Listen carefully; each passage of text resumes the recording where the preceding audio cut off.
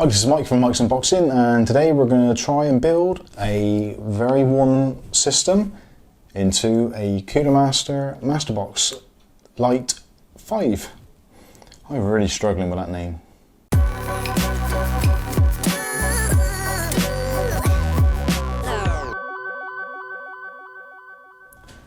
Okay, welcome back. So I've gone and bought a Cooler Master Box Lite 5 case, and it comes with the option of having 3 fans in the front, 1 fan in the back, but no top ventilation. So a lot of people have been saying that there's going to be a massive problem with positive case pressure and the cooling isn't going to be great. So to put this to the test, I've found or come by some very warm running components. I'll run through what they are. On the motherboard, this is a Asus M5A99X Evo, which, as you can tell by the size of the VRM coolers, they are going to be running very warm and giving off a lot of heat. Next, on the same motherboard, it's a AMD FX 8350, which is one of the hotter running of AMD's FX CPUs. Not quite as hot as the 9000 series, but certainly a contender. Now, to try and even up Cooler Master's chance of keeping that thing cool, I've installed a Cooler Master Evo 212 Evo with a deep cool 120mm fan on the front. So just to give it a fighting chance, so at least we know that the CPU cooler is doing its job, which will make it easier to find out if the case is doing its job of getting rid of the heat from the chassis. And just to round things off on the heat stakes, we've got the Zotac GTX 780. This is the 4GB model. This isn't the TI, just the 480. But again, this is a rather warm running card in comparison with modern cards now. I'm not sure what the thermal wattage of this is, but it's got 3 fans on there and a radiator from hell, so it should be good for generating some heat. And it's got quite a power draw, as the 6-pin and 8-pin connectors would suggest. So not quite enough power to run it just from the PCI Express slot. So in conjunction with that, we're going to be using a OCZ Arc 100 SSD, a Seagate Barracuda 2 terabyte drive, and that pretty much rounds up the hardware. I'm not going to have an optical drive because we've got nowhere to physically put it. We're using all of the fans available on the front. So there's 3 fans on there, 120mm fans from Asia Horse. These are the Solar Eclipse UAVs, which I'll link up here. You can see the review I've done of those. These are great fans, very cheap, but they seem to do the job, and I like the look of them. So actually, if I pull the front off, you can see where they are. So there's the 3 fans. So plenty of airflow going in the case. Not a great deal coming out of the case, so we'll see how that affects things during the build. So that's enough chatting, let's get on and build this thing. Okay, so first things first, we're going to take care of this front panel. So the Masterbox Lite 5, or Masterbox 5 Lite, Masterbox Lite 5, Masterbox Lite 5. You can change the colour of the accent trims on the front and top and bottom. So because this is going to be a blue and white and black build, we're going to change the colour of the accents to white. So these are attached by 4 self-tapping screws into the plastic, and in theory all we have to do is change over the mesh for the air filtration. Speaking of filtration and air, the actual air intake at the bottom of this is tiny, really tiny, which is another potential concern with this case.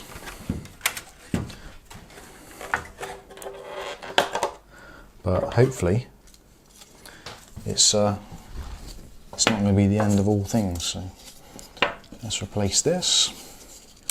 Just pop that out and stick it back in there.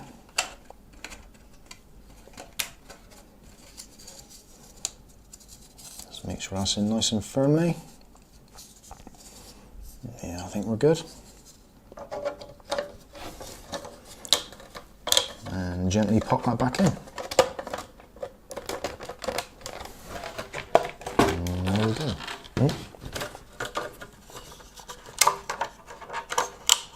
Requires a little bit more TLC.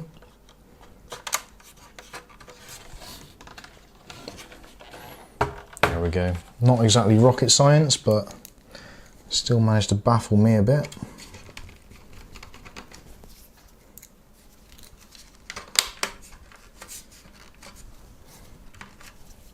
Not the easiest of things to do.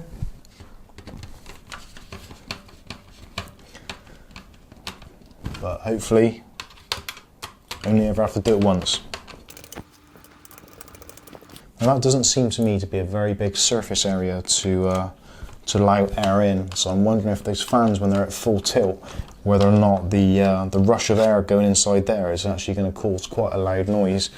Hopefully, because it's at the bottom of the case, it shouldn't be too intrusive, but we'll see. Right, so let's do the top.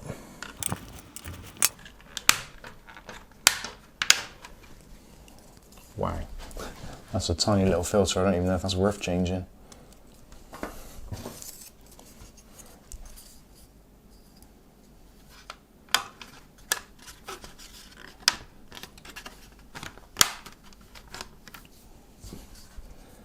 I think that answers that question. Realistically, dust is going to get in. That filter is essentially pointless. And hopefully most of the dust, because we live in these modern houses with laminate flooring and smooth floors, the dust just flows along on the floor, so you're most likely going to pick it up at the bottom. So we'll leave the bottom one in and hope for the best. In fact, that hasn't gone in very well.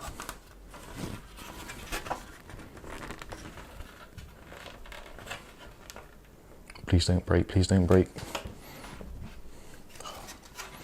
Yeah, these are turning out to be a little bit fiddly. And there we go. That reassuring snap of plastic against plastic. Oh, there we go. So there's our accent trims changed over.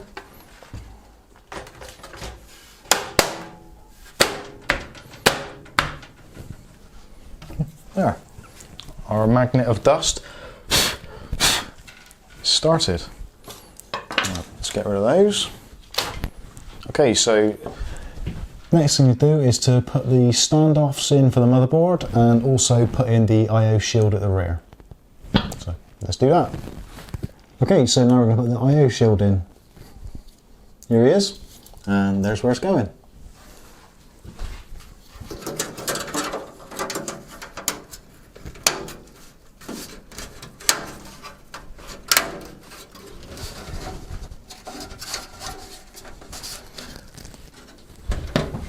So that's in pretty good.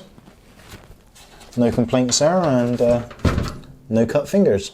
Okay, so now it's time to put in the motherboard. So there's already two standoffs already put in the case, soldered in or welded in or whatever. So we need to work out how many more pins we need to secure the board. So looking at this board, it's got 9 standoff holes. So we need another 7 standoffs. And luckily, Cooler Master put this lovely little tool in for tightening them up, which is great. Normally I'd use one of these, but today I'm going to try the Cooler Master way. So on the board it's clearly labelled up ATX, Micro ATX and ITX. So if the standoff has got an A or an M next to it, it's ATX or Micro ATX. If it's got an I next to it, it's ITX. So obviously the central board pin's got A, M and I, because it's the same for ATX, Micro ATX and ITX. So if you're not sure where the pins go, look at what size board you've got and then look at the letters on the standoff locators. Okay, so there's the bottommost standoff.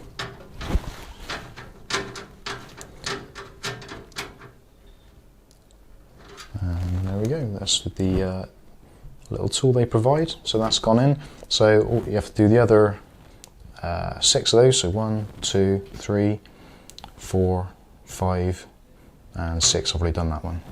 So I'll stick those in and then we can put the board in. Okay, so I've put the standoffs in, so now it's time to gently insert the motherboard.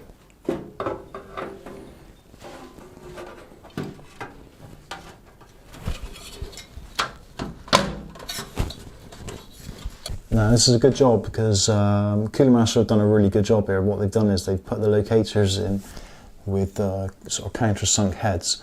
So when you get the board in the right position, it kind of snaps into place and you know it's perfectly aligned. So I don't even have to check the back plate to see if all the I/O shield is lined up, because I can see from here that everything is perfectly lined up because of those two locating standoffs. So good job.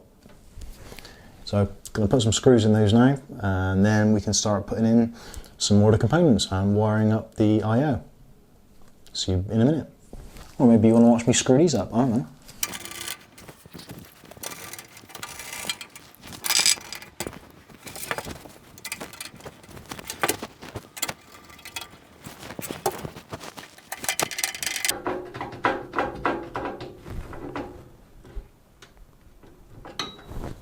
Okay, so we've installed the standoffs and we've attached the board and we've put the 9 screws in, and the board is now firmly attached.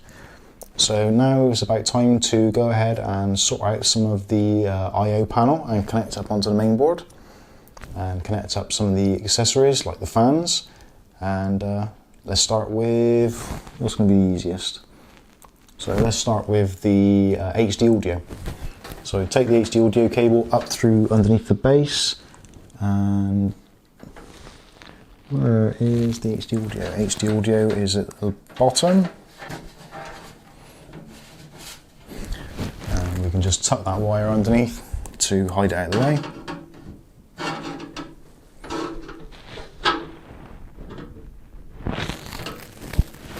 Not bad. So next, let's work our way back.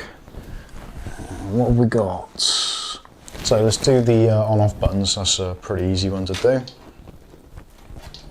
he says. Okay, so that's the I/O connected up, which was not as easy as I thought because this is an ASUS board and it's got a slightly different pin out. Normally you have an adapter which you plug into the adapter and then you plug into there, but hey ho, found out the pins in the end, so we're all good. So next thing to do is connect up the USB 3, which we've done, which is there, which is not particularly pretty, so I might have to change that at a later date, but for now it's connected, so we'll leave that as is. So the next thing to do is connect up the 4 case fans that we've got installed, and luckily I've got a chassis fan at the bottom, I've got a chassis fan in the middle, and at the top above the CPU there's another chassis fan connector.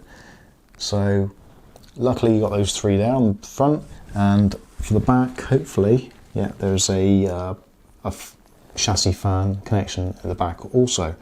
So luckily 4 fan headers, 4 fans. Great news. So time to connect those up.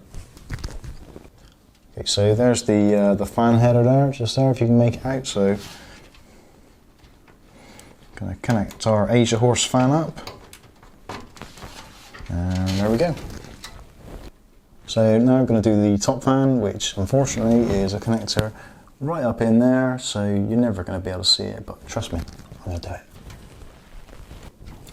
Now it's a shame, if I'd have thought about this carefully, I could have loosened off the motherboard and run the cable behind the motherboard and just tucked it out the top.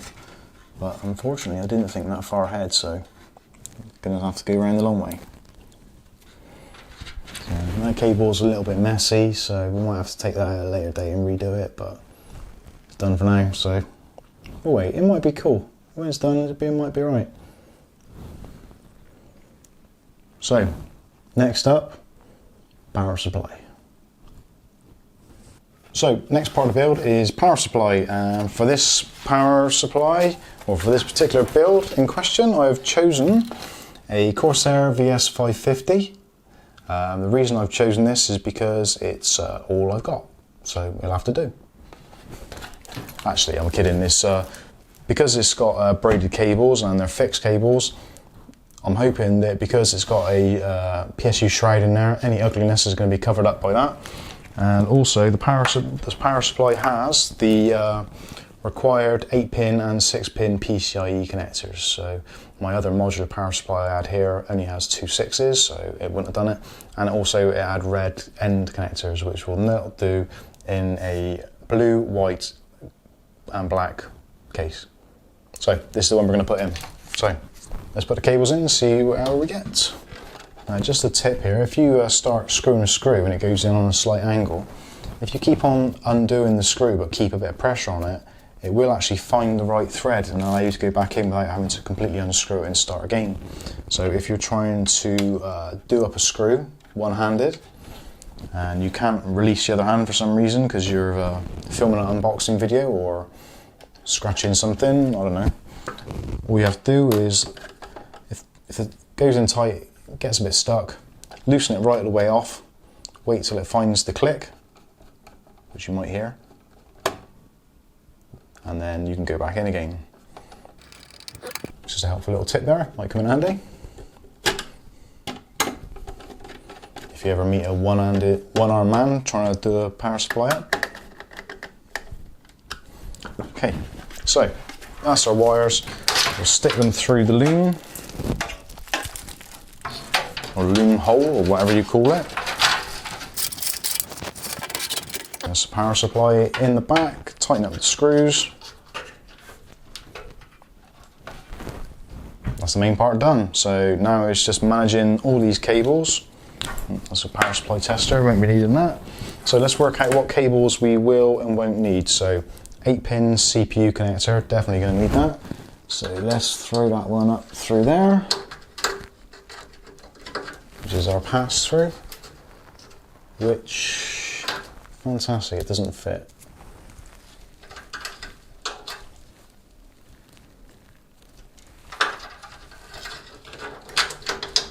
Okay, it does fit. So if you've got a 8-pin CPU connector, which is a solid 8-pin, it won't go through. If you've got a 8-pin, which is breaks into 2x4, it'll go through. At least this is with the motherboard installed. It looks like with the motherboard out of there, it will actually take an 8-pin all the way through, but with the board in, it certainly won't. So bear that in mind if you come to building one of these systems. Okay, we're back. That was a quite exhilarating task. Well, I say exhilarating, it was a pain in the butt really. So as you can see, the build is pretty much finished apart from putting the acrylic side panel back on, but I thought I'd give you a chance now to have a look and see how we've got and look at the cable management at the moment.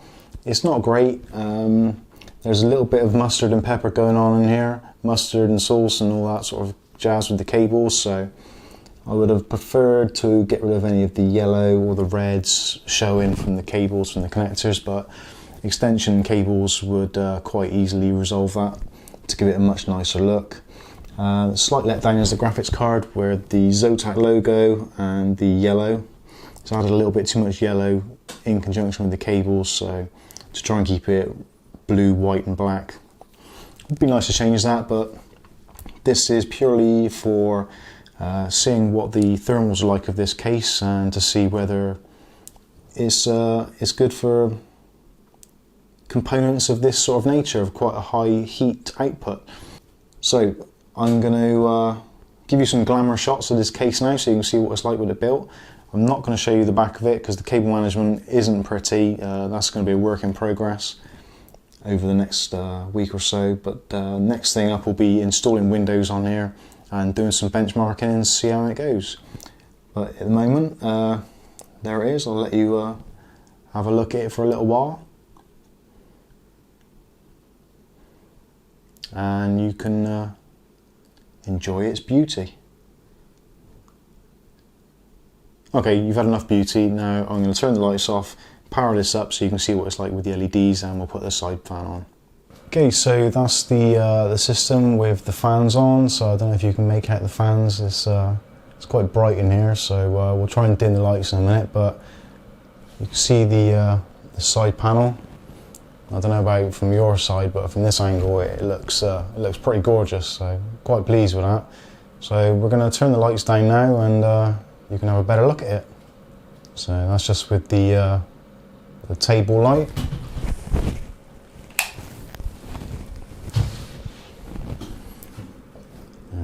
can see there's the LED blue fan in the middle. At the front you've got the 3 Asia horse fans, that's the Mirage ones. And again on the rear there's another Mirage. Now I think you'll agree that looks pretty nice. And the acrylic side window, which I'll just turn it around a bit now so you can see it a little better.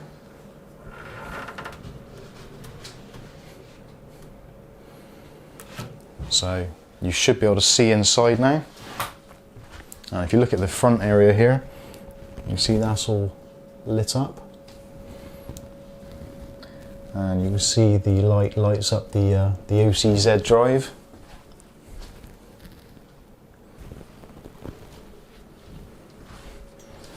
And the smoked glass on the front. Let's get you a close up on that.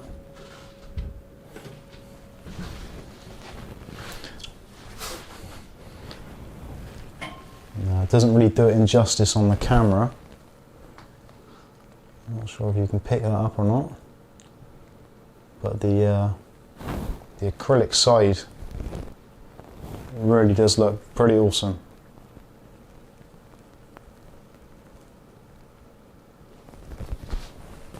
Okay, so that's enough of that. There we go, back to normal lighting, and there is the Cooler Master Master Case Lite 5 with the Asia Horse white LED UAV fans and with the white accent trim. And we're going to do some installs and some benchmarking and see what the thermals are like. But for now, I've been Mike. This is Mike's Unboxing Reviews and How To, and this has been the Master Case Lite 5. I hope you've enjoyed it. See you again in the next video. Thanks for watching.